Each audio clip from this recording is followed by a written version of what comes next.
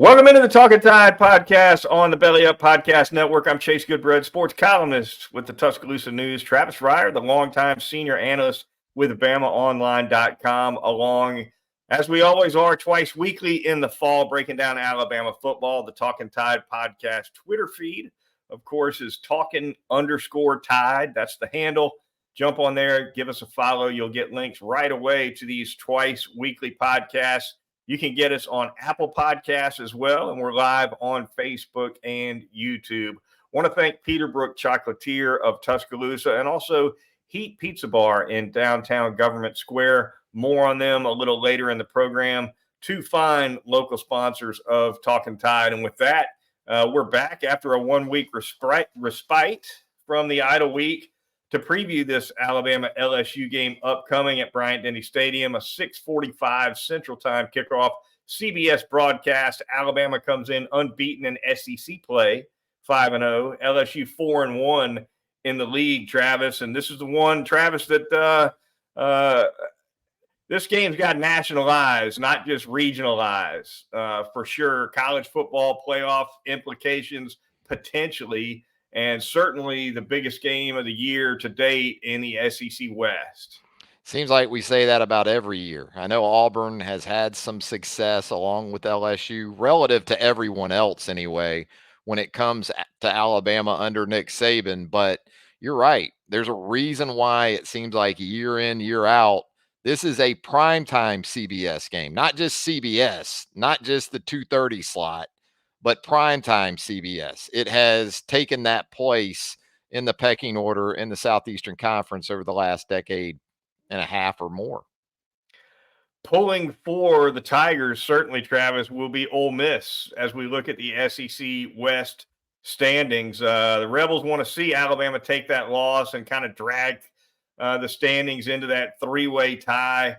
Just for fun, and it's a look ahead. There's a lot of football left to be played. Ole Miss still has Georgia, for goodness sakes. A lot can happen, but just for fun, I looked ahead at what the tiebreaker scenario might look like if it ended up being a three-way tie with all three of those teams beating each other and with one loss in the league.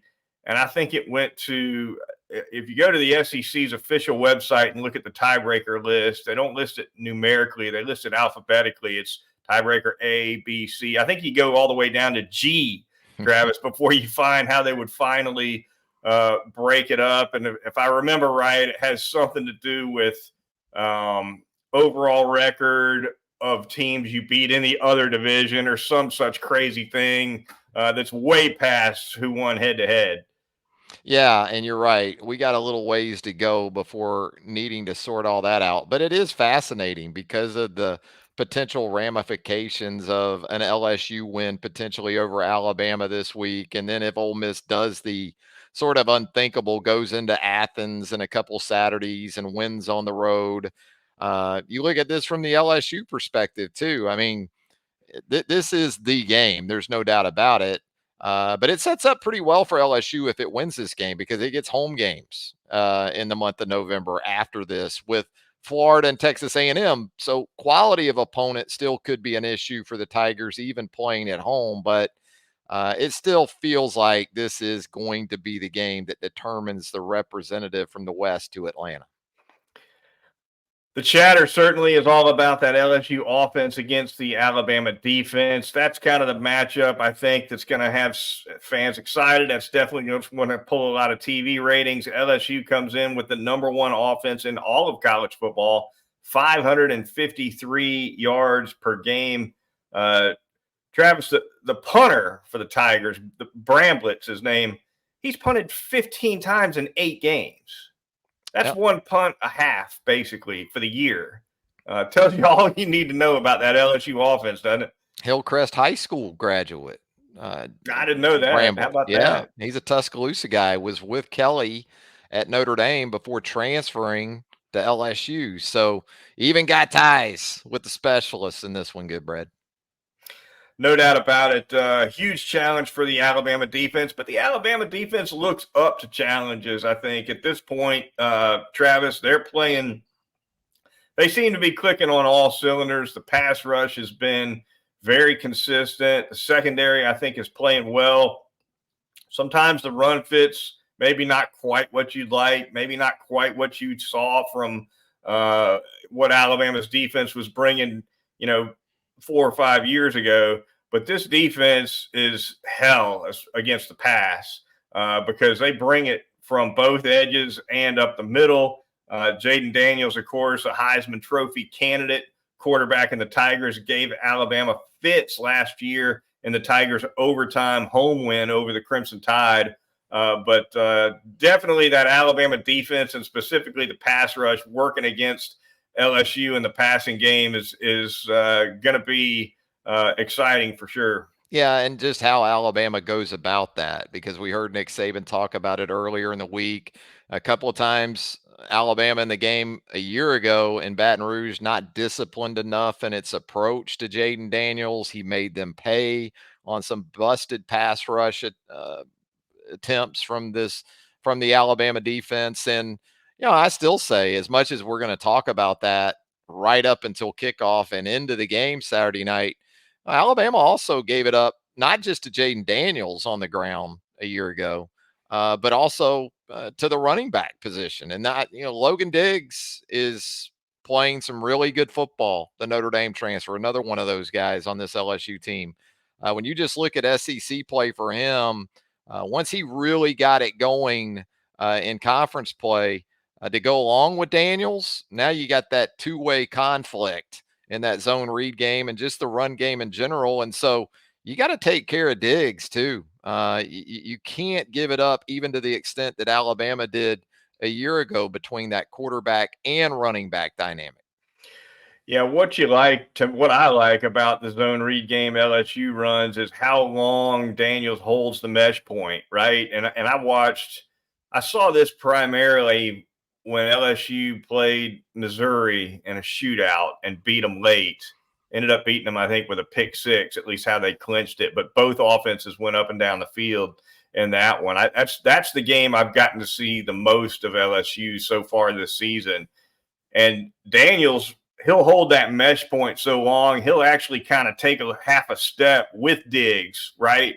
Headed toward the middle before he pulls or doesn't pull. And that little delay, I think it makes a big difference, because if he sees what he wants to see and gives it to him, Diggs will pop it right up the middle for huge yards. LSU can spring it right through the heart with Diggs on that zone read game. And as much as it's important for Alabama's defense to contain Daniels, the last thing they need is for the C to be parting and the A gaps with that initial give. Yeah, last year it was Josh Williams that had limited carries against Alabama, but he still ran for 50 plus yards, averaged around 7+ a carry in that game. And you're right, it is that delayed mesh, similar to what we've seen from Wake Forest, especially when Sam Hartman was with Wake the previous few seasons before Notre Dame. It always seems to go back to Notre Dame tonight, I guess, for me. But for sure, I mean, you got to take care of that first and foremost. I know it sounds crazy,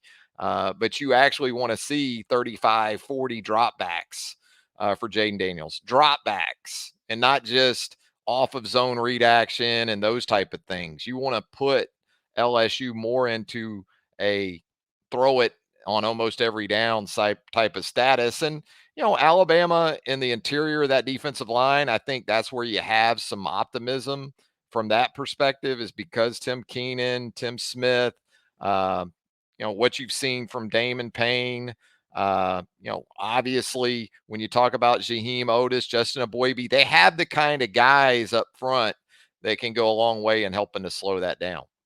A lot of weapons for LSU at the wide receiver position as well. Malik Neighbors has had a huge year. He's not the only one, but Daniels has got a lot of options for sure.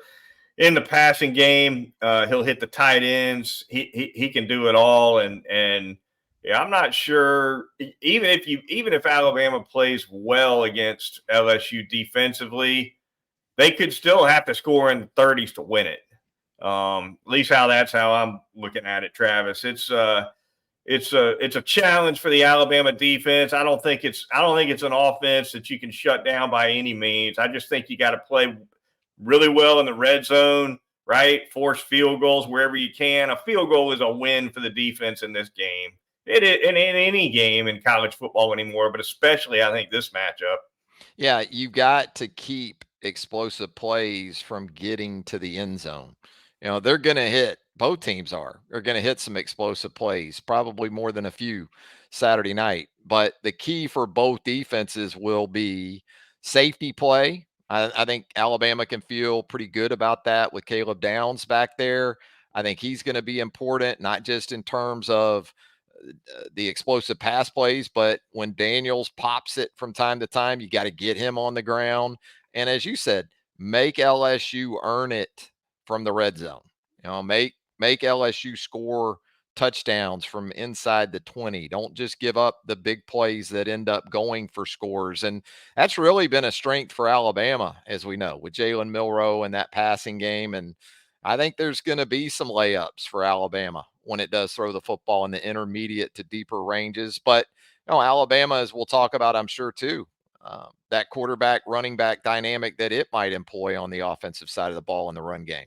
Perfect time to switch around and talk Alabama offense versus the LSU defense. The Crimson Tide comes in. I think Travis at a fairly high level of confidence offensively, probably as much offensive confidence as this team has had to date this season. And that's not to say they're necessarily feeling like they can beat the world, but there's been some steady progress. There are still problems. There are still holes and issues that the coaching staff has now had a couple of weeks to try to get shored up down the stretch this season. But the offense is playing better. The offensive line in particular is starting to get a little better. Still some issues here and there. It's not a dominant line by any stretch, but it's moving forward. Seth McLaughlin's playing better football right now than he was certainly earlier in the season, for one. Running game's been up and down, but Milroe, I think, is feeling pretty good about himself these days, and yeah, I think the wide receivers have played pretty well also, Travis. And from the LSU perspective, the talk this week is injuries, right? I mean, they're beat up. Mekhi Wingo on the defensive line out. You've got Zaya Alexander out, Denver Harris out. It's a little bit of a mash unit on that side of the ball for the Tigers. It is. And I think a lot of the focus has been on those transfer defensive backs that LSU brought in that aren't going to be able to go, three or four of them in this game on Saturday night. But I think Mekhi Wingo, the loss there, could be especially big because even while you still have Mason Smith on that defensive line, you still have Harold Perkins that you have to deal with. And there are some serviceable guys on that LSU defensive front. Alabama should have the ability to run it when it wants to run it, perhaps in this game. And that could be really big as far as game control is concerned, because Nick Saban would love to turn this into sort of Ole Miss from a couple of years ago in Tuscaloosa when Alabama held the ball for like 40 minutes and Ole Miss had it for about 20. Alabama won that game 42-21, I believe, in Tuscaloosa. To be able to control the game in that fashion would be ideal. But I also think it's going to be hard at times to sort of turn away from the opportunities Alabama should have should it want to throw the football. Yeah, good time to talk about pace. Travis, Alabama definitely doesn't want to get in a shootout with LSU. Alabama is not going to be in good shape if this game gets into the high 30s, low 40s, or even higher than that. Alabama wants to keep this game in the 20s. If you're playing LSU, the best way to do that is to eat some clock where you can, chew up some first downs on the ground as best you can. It takes consistent running down to down, especially on first down. And Alabama's done poorly on first down for a lot of the season, frankly. That's how Jalen Milroe's ended up in so many third and longs. Although against Tennessee, I thought Alabama did pretty darn well on first down. In the second half, for sure, right? As that game moved along, and that was a major key. And also, LSU's not really going to try to speed it up on offense. They're not what Nick Saban likes to refer to as a fastball team. So Right. you don't have to concern yourself probably with that as much as far as number of plays that your defense might see in this game, but explosive plays both ways. LSU defensively, even before all of this, with the players it won't have on Saturday night on that side of the ball, had given up 5 plays of 50 yards or more. That's a lot, and Yeah. so I think Alabama is actually being undersold a little bit on offense in terms of its explosive play capability in this game. So, whereas you'd like to maybe keep this into Bula ball in some ways with your run game, I think even from that perspective, Jace McClellan, the other backs are going to have some opportunities to hit for some chunks. Harold Perkins, the outstanding defender for the Tigers, worth a mention as well. Travis, Nick Saban was asked about him twice, once by me tonight, as a matter of fact, at his news conference. The guy is not only a phenomenal pass rusher, he can get out in space and make plays, make solo tackles on the perimeter. He chases the ball pretty much wherever he's got to go. So he's hell. It's not just a situation where Caden Proctor and J.C. Latham have to be able to handle the edge. That's not the only challenge with this guy because he's everywhere and he lines up in a lot of places. Yeah, you got to figure out where he's at down by down, really. And as much as we talk about him as a pass rusher, as we should, you talked about that Missouri game. He had an interception that really turned that game because that was looking like Missouri may put some serious distance between itself and the Tigers in that game in Columbia. And then he makes the play and kind of turned on that. So I think the temptation with a guy like Harold Perkins is similar to what Alabama experienced probably with Will Anderson. You got to be careful not to try to do too much with him. Sometimes it's better just to put a guy where he's most comfortable and tell him to go make plays instead of, well, we're going to line you up at inside linebacker in this look. You're going to be, with your hand in the ground on this look. You're going to be on the edge standing up. We're going to have you in some zone concepts where you're in space and pass coverage.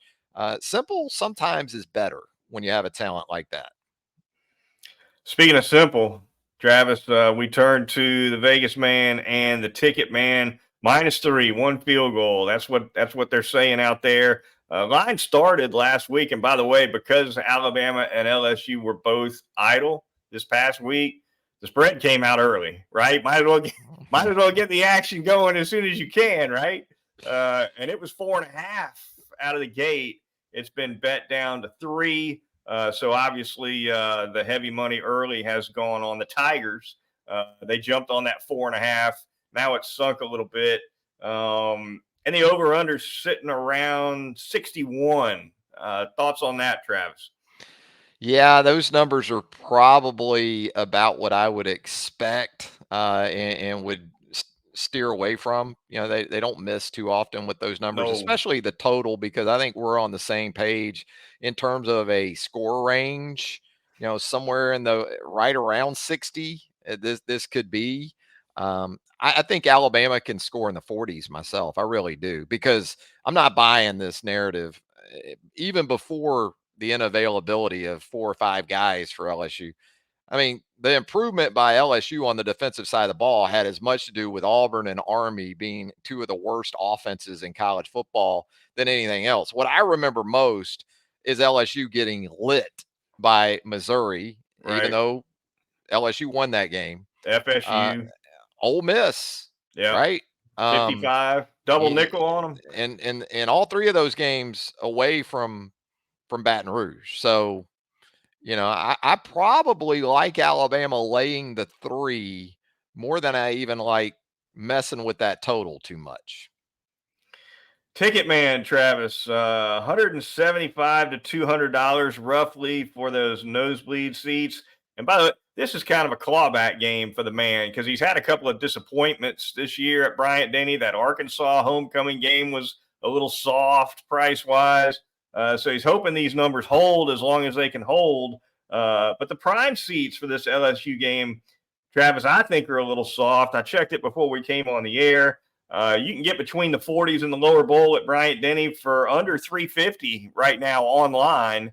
And if you can do that online a couple days out, then you'll be doing better than that on game day. Yeah, it makes you wonder what how much LSU's fan base is going to take to Tuscaloosa, because usually that's not in question. Worse LSU teams than this one, and this is a good LSU team, have traveled pretty damn good to Yeah, Tuscaloosa. I mean, it's an easy trip, it's a fun trip. LSU people typically don't need much of a reason to high hit the stakes. road. They don't even, but maybe that's part of it. It seems like a lot of LSU people, they don't even care if they get in the game. They're there for the party as much as anything Right. else. So maybe that's it. Maybe that has something to do with it. All right, the Talkin Tide podcast on the Belly Up Podcast Network. Moving on, we're going to thank a couple of sponsors here really quickly. We're going to start by telling you all about Heat Pizza Bar and that fantastic artisan pizza downtown in Government Square. Hey, if you're looking for a great place to take the family away from that craziness on the strip this weekend, if you're coming in for Alabama-LSU, take them to Heat. Government Square, flat screens all over the place, plenty of elbow room, super service, and of course, the best pizza in town. Frank Fleming's fantastic staff is going to get you taken care of with the standard. They've got the Thai chicken pizza that's outstanding. You just can't beat it. Try those jalapeno poppers as well. Great daily specials. That Thursday special, a pepperoni or cheese pizza, just $8 from 2 to 6 p.m. So the next time you're in the mood for some great pizza, check out Heat Pizza Bar at 2256th Street downtown in Government Square. I'm going to tell you about Peterbrook Chocolatier at 1530 McFarland Boulevard North in the Indian Hills section of Tuscaloosa. You talk about a must stop for LSU weekend. It is Peterbrook, right next to our friends at Southern Ale House. As you enter Northport, headed on 82, you're going to find Peterbrook Chocolatier, those chocolate footballs.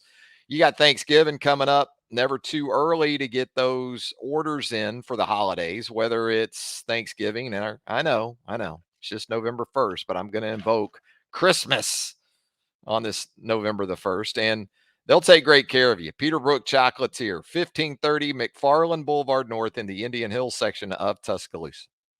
Love it over there at Peterbrook Chocolatier, as always. Final minutes of the program. We'll go through a couple of big games around the Southeastern Conference. We'll jump in that two deep tumbler really quickly, and then we're going to get out of here. Been a lot of fun getting back at it here on Talkin Tide. Texas A&M at Ole Miss. Travis, let's start right there. Jimbo Fisher on the road taking on Lane Kiffin. Lane Kiffin with a couple of veiled digs at Jimbo, and He can't help himself. he can't. He's not a Jimbo fan. The most clearly talented, easily the most talented 5-3 team in the country. They've done a great job of collecting players. What about that but one? Ole Miss get it done we at laugh, home? but this is a spot where I can see Ole Miss screwing the pooch, for lack of a Yeah, better way of putting it. This is typically where it has happened for Ole Miss and Lane. So um, it is a game that you would think Ole Miss would win, but man, A&M and Lane is right. You can't say that's still not a very talented team, and it's still good enough on offense to do enough not to win a shootout against Ole Miss. But what does Ole Miss like to primarily do? They like to run the football, and A&M they're can match stingy up. They on can the match run. up, although Tennessee's kind of like Ole Miss in terms of not just how it runs the football, but with tempo, and that seemed to be a real problem for A&M in Knoxville a couple of weeks ago. So maybe that works to Ole Miss's benefit in this one too. But I think it's going to be a hell of a game. I'm looking forward to it. How about Missouri at Georgia? The only once beaten Missouri Tigers coming to Athens, trying to knock Georgia off. Georgia, of course, coming off of that big win over the arch rival Florida Gators in sunny Jacksonville, Florida. Riding pretty high, Georgia, right now. Travis, what about that one? Roster game. It's been impressive what Missouri's done to this point, but LSU probably had too much roster ultimately with what it has this year for Missouri at home in that game for the for Mizzou. So I think kind of like Florida last week. Florida's not there yet in terms of personnel. I don't think Missouri's there either. I think what Missouri needs is Georgia to revert back to the slow starts that we had seen in the first half of the season. If that happens, then Missouri can hang around for a while. If it doesn't, I think it's going to be a game similar to Kentucky that we saw with Georgia and Florida last week. Yeah, what Missouri need? Missouri needs that Cook-Burden combination to just have a monster game, right? They need a lot of mileage out of Luther Burden in this game.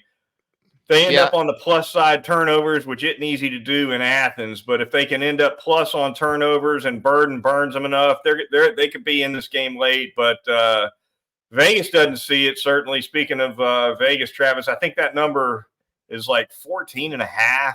That's all. So for a 7-1 Missouri, not getting a ton of respect in the desert for this one. No, and I'm frankly surprised that line's not higher. But maybe I'll be surprised, and Missouri will go in there and play good football. Kentucky at Mississippi State, Arkansas at Florida. Either of those do anything for you, Travis? I'll be interested to see what happens to Arkansas down the stretch. Sam Pittman's job's on the line. I don't think there's much question about that. He goes to Gainesville now, and the losses are mounting quickly in Fayetteville. Yeah, and I'm interested to see from a psyche perspective, where's Florida at after that disappointing performance against Georgia. I was more impressed with Georgia, actually, than I was put off by Florida. Florida got off to a good start and then got rolled from that point forward. But I think for Billy Napier, until he can continue to build and recruit to the level he's recruiting at right now, these are the kind of games you got to win. And for Pittman, you're right. I think he helped himself with the Arkansas fan base by offloading Enos, during the bye week. We'll see to what extent, but that probably gained him some favor with the fan base. But, I still don't think this is a game that Florida can just kind of show up for. Florida's not to that point yet. All right, finally, we'll jump in that two deep tumbler, and then we are out of here. Give it a quick spin, and we'll see who comes out. Somebody in that Alabama two deep roster.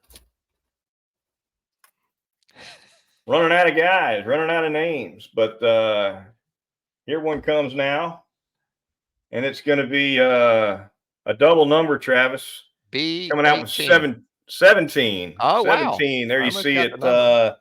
Tresman Marshall and, of course, Isaiah Bond. Nice double. A couple key players right there. Marshall, of course, hadn't been right with, I think, a rib injury. Isaiah Bond, a deep threat for that offense for Milroe. Yeah, it's going to be interesting with Marshall to see what his availability is like this week, again, because it's easy to fall into that mindset of we got to be able to play sideline to sideline with Deontay Lawson and Jahad Campbell, and those guys can certainly do that. But you got to still bring it between the tackles. I mean, LSU will still look to get physical, and that's somewhere where Tresman Marshall could help you this week. Isaiah Bond, he's one of those guys. I think with the deficiencies before all these unavailabilities for LSU on the back end, Bond with that speed, Kobe Prentice, those guys, when you get them lined up inside and you get some of those matchups, could be another explosive play opportunity or two for Isaiah Bond. And what about punt returns? With Kool-Aid McKinstry struggles, do we continue to see Kool-Aid back there this week, Chase? Could we see Isaiah Bond or someone else? Be fun to watch for sure. Jalen Milroe definitely is going to need to hit a couple of more of these deep balls. Jermaine Burton, probably his favorite guy for that. But Isaiah Bond, too, he can definitely take the top off, has several times this season for Alabama. All right, that's going to do it for this edition of the Talkin Tide podcast. Be sure to join us once again for the Sunday Nighter when we come back and recap Alabama's home game against LSU. Until then, for Travis Reier of BamaOnline.com, I'm Chase Goodbread, sports columnist with the Tuscaloosa News and co-host of Crimson Cover Television. We'll talk to you next time right here on Talkin Tide.